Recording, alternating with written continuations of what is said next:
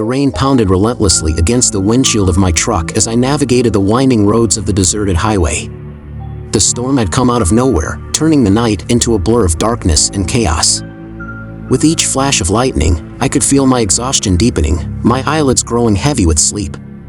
Desperate for respite from the relentless downpour, I scanned the horizon for any sign of shelter. And then, like a beacon in the darkness, I spotted it, an abandoned rest stop nestled among the trees, its flickering lights beckoning me like a siren song. With a sigh of relief, I veered off the highway and pulled into the gravel lot of the rest stop. The air was heavy with the scent of rain and decay as I climbed out of my truck and made my way towards the shelter of the building. The rest stop appeared deserted, its once vibrant neon signs now faded and flickering in the storm. Ignoring the creeping sense of unease that gnawed at the edges of my mind, I pushed open the creaking door and stepped inside. The interior was dimly lit, the air thick with dust and cobwebs. A chill ran down my spine as I took in the sight of the abandoned rest stop, its tables and chairs overturned, its windows shattered and boarded up.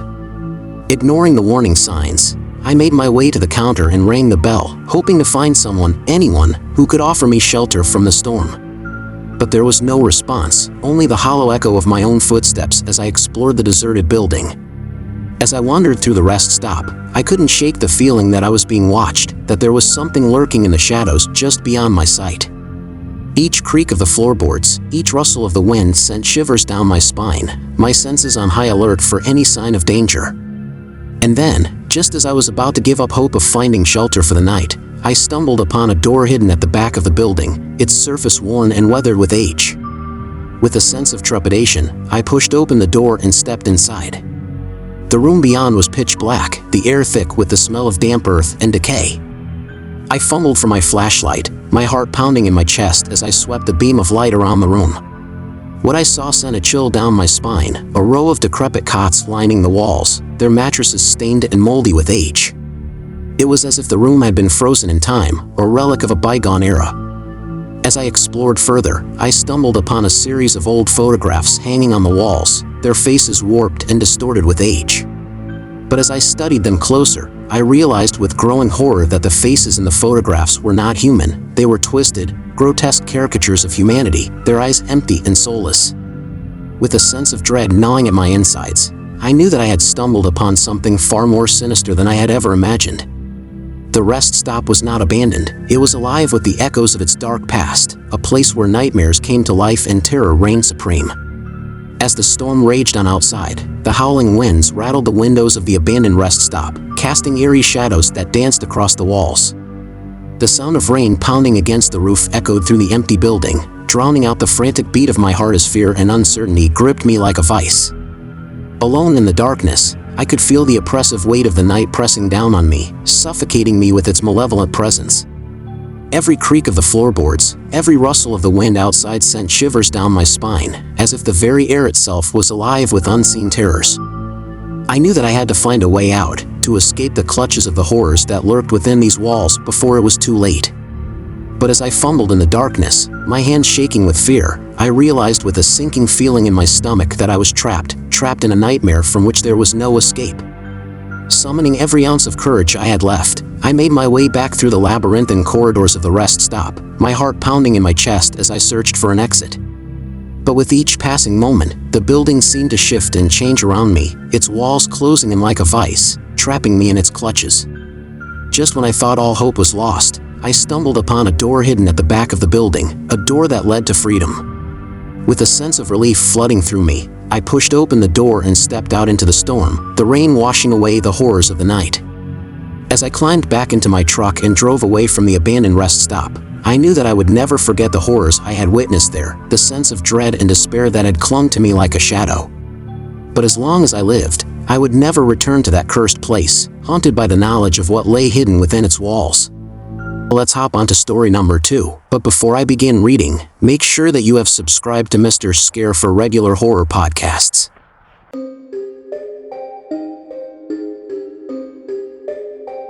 The engine of my truck roared as I cruised down the desolate stretch of highway, the rhythmic hum of the road lulling me into a trance-like state. It was well past midnight, and the darkness outside seemed to swallow the world whole, the only illumination coming from the pale glow of my headlights. As I rounded a bend in the road, I spotted a figure standing by the side of the highway, a hitchhiker, their thumb extended in silent plea for a ride. Normally, I wouldn't stop for strangers on the road, but something about this hitchhiker seemed different, something that tugged at the edges of my conscience and urged me to pull over. With a sense of trepidation, I slowed my truck to a stop and rolled down the window. The hitchhiker approached, their face obscured by the darkness, their features shrouded in shadow. "Need a lift?" I called out, my voice sounding hollow in the stillness of the night. The hitchhiker nodded, their movements slow and deliberate. Without a word, they climbed into the cab of my truck and settled into the passenger seat beside me, their presence casting a shadow over the interior of the cab. As we drove on in silence, I stole glances at the hitchhiker out of the corner of my eye, trying to discern something, anything, about them.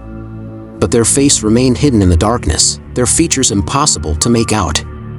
As the miles stretched on, the hitchhiker's behavior grew increasingly erratic. They would mutter to themselves in hushed tones, their words unintelligible and disjointed. At times, they would laugh maniacally, their laughter sending shivers down my spine. With each passing moment, I felt a growing sense of unease gnawing at the pit of my stomach.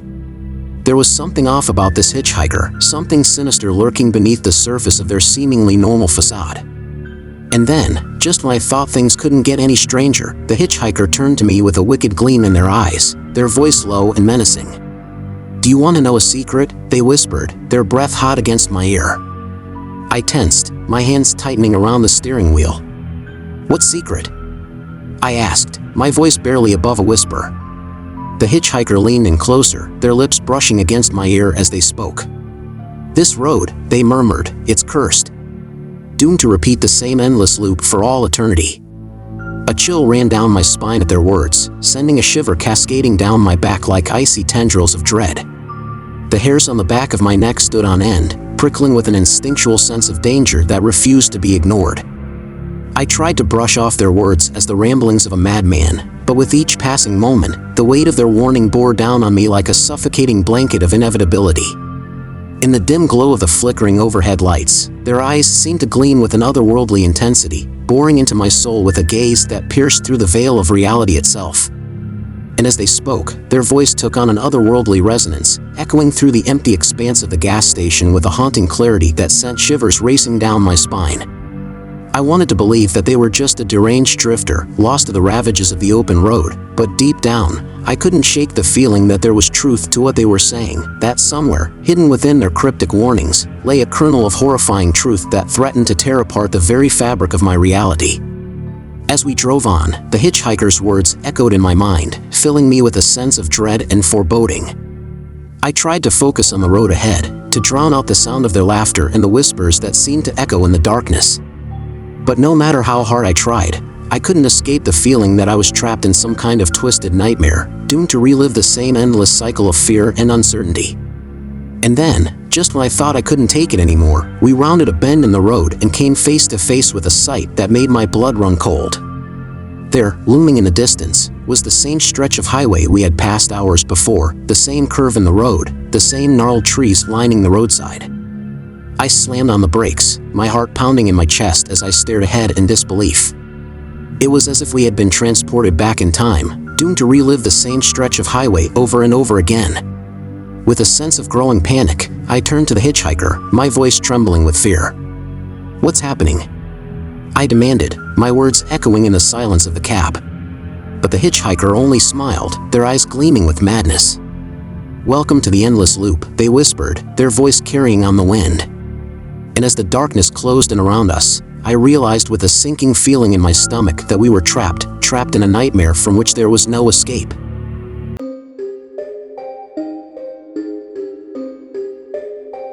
The steady hum of the engine and the rhythmic thud of my tires against the asphalt were the only sounds that filled the cab of my truck as I barreled down the empty highway.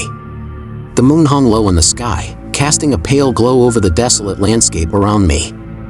As I rounded a bend in the road, something caught my eye, a flicker of movement in my rearview mirror. I glanced back and froze, my heart pounding in my chest. There, in the distance, was another truck, a massive, looming silhouette that seemed to materialize out of thin air.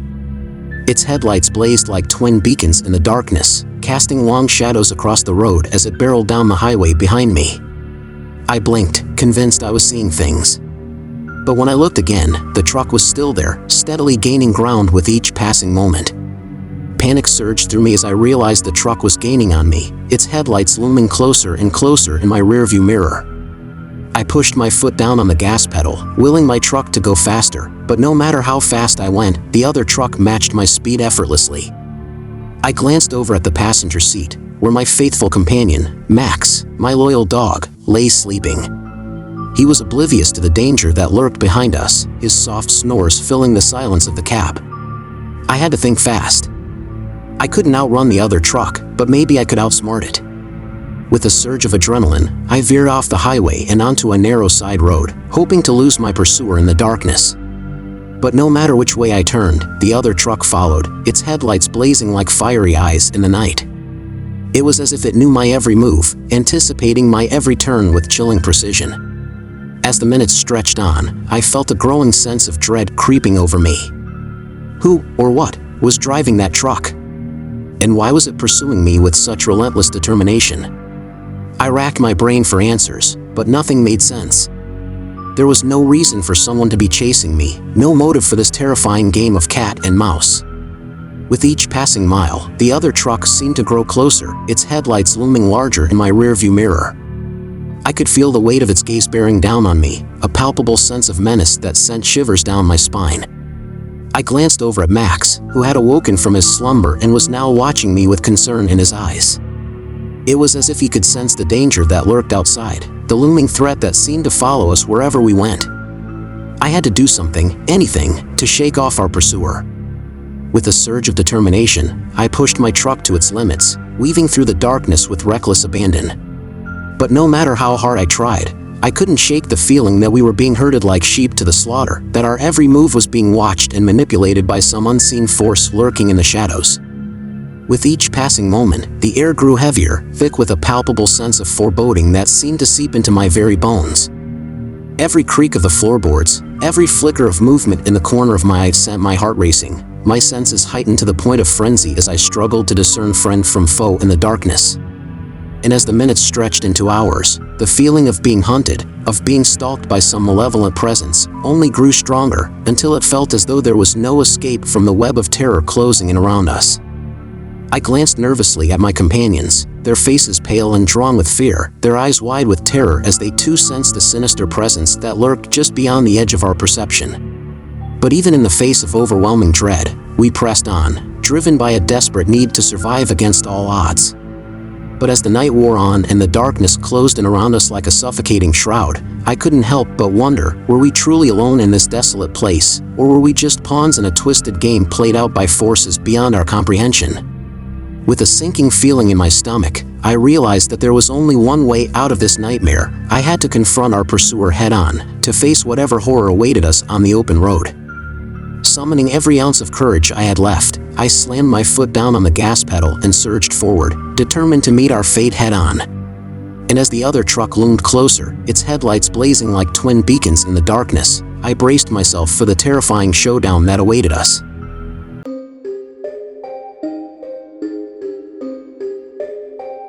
The roar of my truck's engine filled the silence of the desolate highway as I barreled down the forgotten route, the overgrown trees casting long shadows across the road. I glanced at the map on the dashboard, tracing my route through dilapidated towns and abandoned settlements that hadn't seen a living soul in years. I had taken on this delivery job as a last-minute favor for a friend, unaware of the eerie reputation that surrounded the old route. But as I navigated through the overgrown roads and crumbling infrastructure, a sense of unease settled over me like a shroud. The towns I passed through were like something out of a post-apocalyptic nightmare. Buildings stood abandoned and decrepit, their windows boarded up and their doors barricaded against intruders. It was as if time had frozen in these forgotten corners of the world, leaving behind only echoes of a once thriving community. As I drove on, the atmosphere grew increasingly oppressive, the air thick with a sense of foreboding that seemed to cling to me like a second skin. I couldn't shake the feeling that I was being watched, that unseen eyes were tracking my every move from the shadows. And then, just when I thought things couldn't get any stranger, I encountered them, strange, hostile entities that seemed to materialize out of thin air, their twisted forms lurking in the darkness just beyond the reach of my headlights. At first, I brushed them off as figments of my imagination, tricks of the mind brought on by exhaustion and the eerie surroundings. But as the encounters grew more frequent, I couldn't deny the reality of what I was seeing. They were unlike anything I had ever encountered before, creatures with elongated limbs and hollow eyes, their movements jerky and unnatural. They seemed to possess an otherworldly intelligence, as if they were aware of my presence and determined to keep me from reaching my destination at all costs. I tried to evade them, swerving around them as they lunged for my truck with clawed hands and bared teeth. But no matter how hard I tried, they always seemed to be one step ahead, their relentless pursuit driving me further and further into the heart of darkness. With each passing mile, the sense of dread that had settled over me grew more potent, a tangible presence that weighed heavily on my chest. I felt as if I were teetering on the edge of madness, my mind fraying at the edges as I struggled to make sense of the nightmare unfolding around me. And then, just when I thought I couldn't take it anymore, I saw it, the faint glow of lights on the horizon, the promise of civilization beckoning me like a beacon in the darkness. With a surge of relief, I pushed my truck to its limits, determined to reach the safety of the nearest town and leave this nightmare behind me. But as I approached the lights, I realized with a sinking feeling in my stomach that something was horribly wrong. The town was not the haven of safety I had hoped for. It was just as deserted and decrepit as the ones I had passed through earlier, its streets empty and its buildings crumbling into ruin. I slammed on the brakes, my heart pounding in my chest as I surveyed the desolate landscape before me. It was then that I realized the truth. The entities that had been pursuing me weren't trying to keep me from reaching my destination. They were leading me straight into the heart of darkness, into a trap from which there was no escape. With a sense of resignation, I turned off the engine and stepped out of my truck, the cold night air wrapping around me like a shroud. As I stood alone in the darkness, surrounded by the ruins of a forgotten world, I knew that I had become just another lost soul on the forgotten route, doomed to wander its haunted roads for all eternity.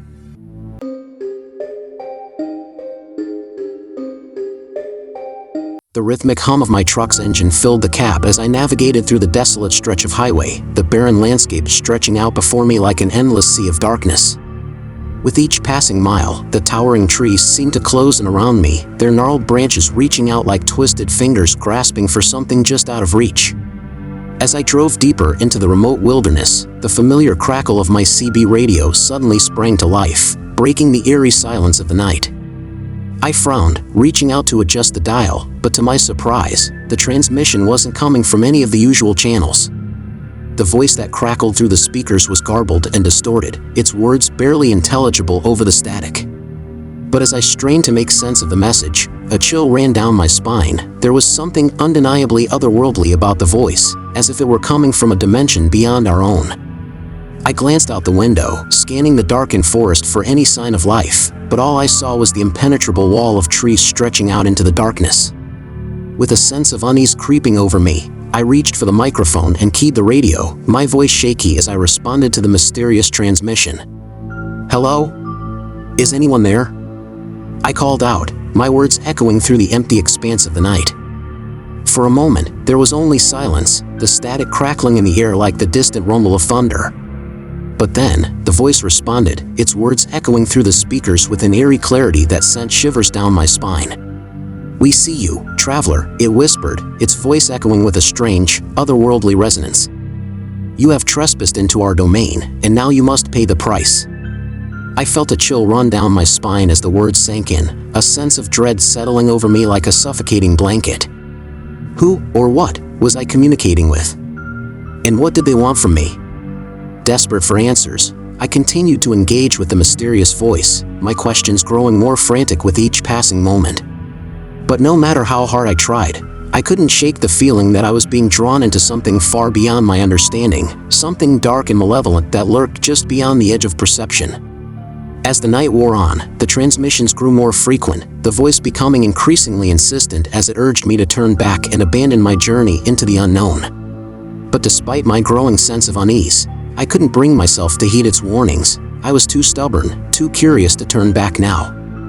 And then, Just when I thought things couldn't get any stranger, I began to notice strange phenomena occurring around me, unexplained fluctuations in the electromagnetic field, bizarre distortions in the fabric of reality that seemed to defy all logic and reason. It was as if I had stumbled into a parallel dimension, a twisted reflection of our own world where the laws of nature held no sway.